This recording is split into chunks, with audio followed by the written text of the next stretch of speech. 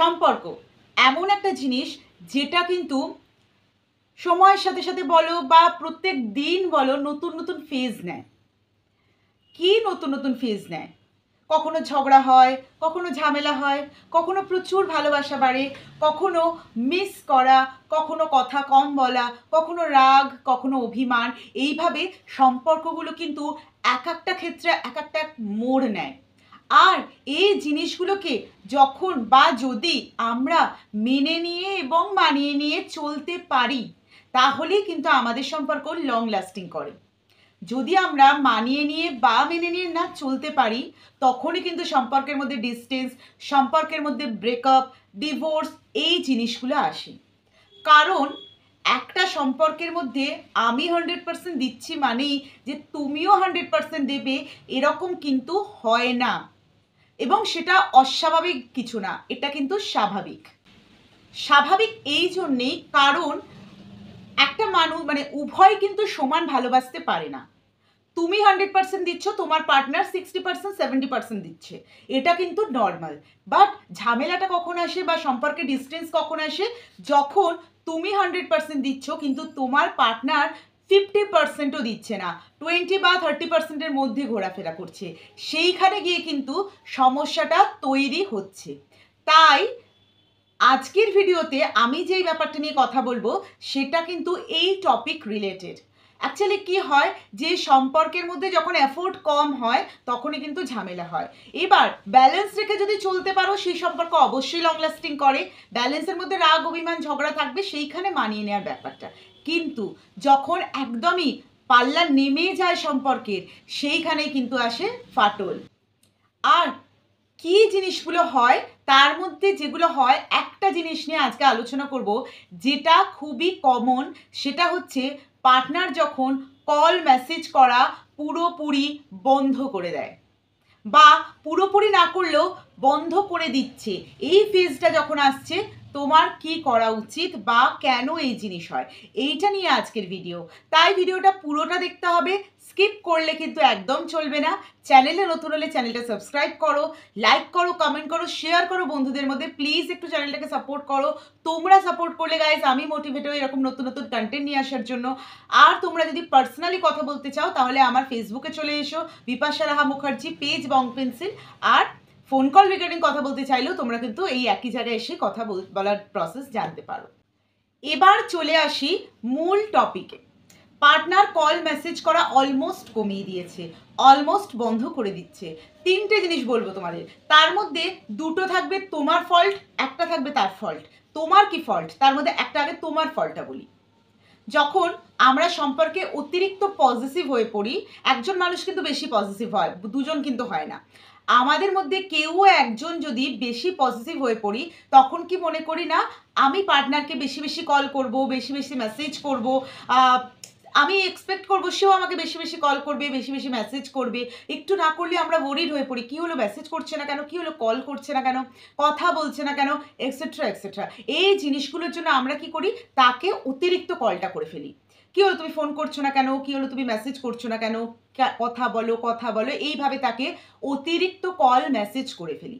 প্রথম প্রথম তো জিনিসটা খুবই ভালো লাগে, কারণ প্রথম প্রেমে অনেক কিছুই ভালো লাগে, সবই রঙিন লাগে, যে দেখো আমার পার্টনার আমাকে এতবার কল করছে, এতবার মেসেজ করছে।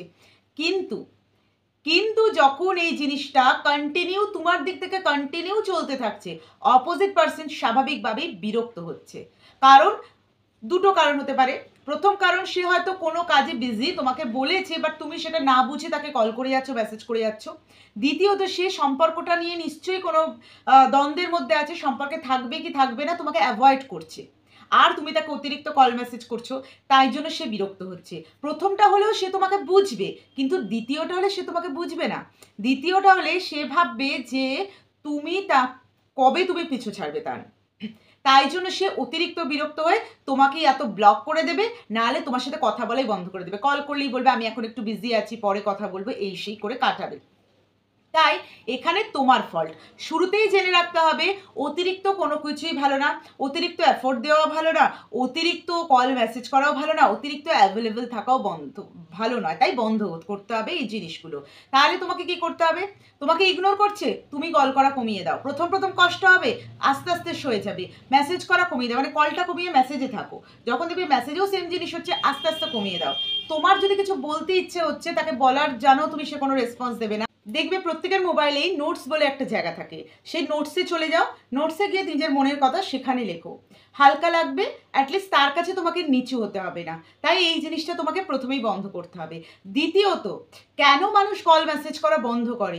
যখন সে সম্পর্কে থাকতে চায় না, তোমার পার্টনার তোমার সাথে আর থাকতে চায় না, সে সম্পর্কটাতে বোর ফিল করছে, একঘেয়েমি ফিল করছে, বা নতুন অপশন পেয়েছে, তখনই কিন্তু সে আস্তে আস্তে কল বন্ধ করবে, তারপর আস্তে আস্তে মেসেজ বন্ধ করবে।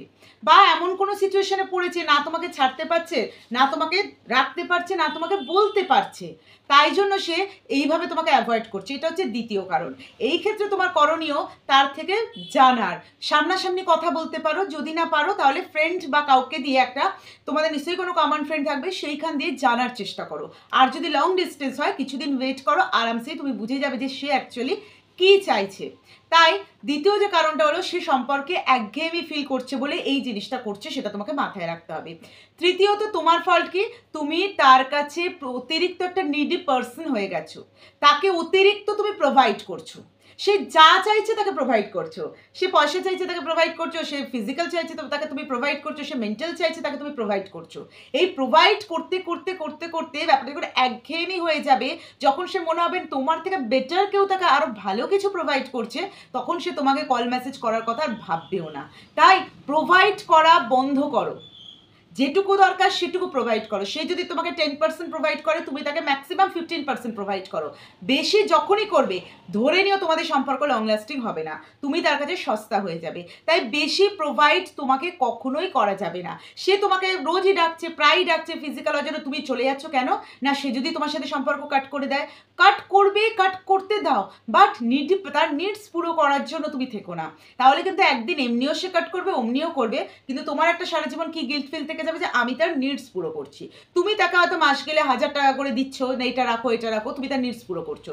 যখন সে দেখবে অন্য কেউ তাকে 5000 টাকা 10,000 টাকা দিচ্ছে, সে সেখানে ছুটে যাবে, অটোমেটিক যাবে। তাই নিডস পুরো করা তোমাকে বন্ধ করতে হবে। তাহলে পুরো ভিডিওটাতে আমি দেখলাম, আমরা কি দেখলাম, যে দুটো ফল্ট, তিনটের মধ্যে দুটো ফল্ট কিন্তু আমাদের নিজেদের থাকে। আমরাই তাকে বুঝিয়ে দিই যে আমি কত অ্যাভেলেবেল তার জন্য, আর সেই জন্য এই ঘটনাগুলো ঘটে। তাই এই জিনিসগুলো যদি তুমি কন্ট্রোল করতে পারো, নিজের ফিলিংস, নিজের ইমোশনস, বলবে এক্ষুনি কন্ট্রোল করা যায় না, বাট করতে হবে, তাহলে কিন্তু সে তোমাকে কল মেসেজ করতে বাধ্য হবে, তুমি যখন তাকে অ্যাভয়েড করা শুরু করবে। ভিডিও ভালো লাগলে চ্যানেলটাকে সাপোর্ট করো। ভালো থেকো, সুস্থ থেকো, পজিটিভ থেকো।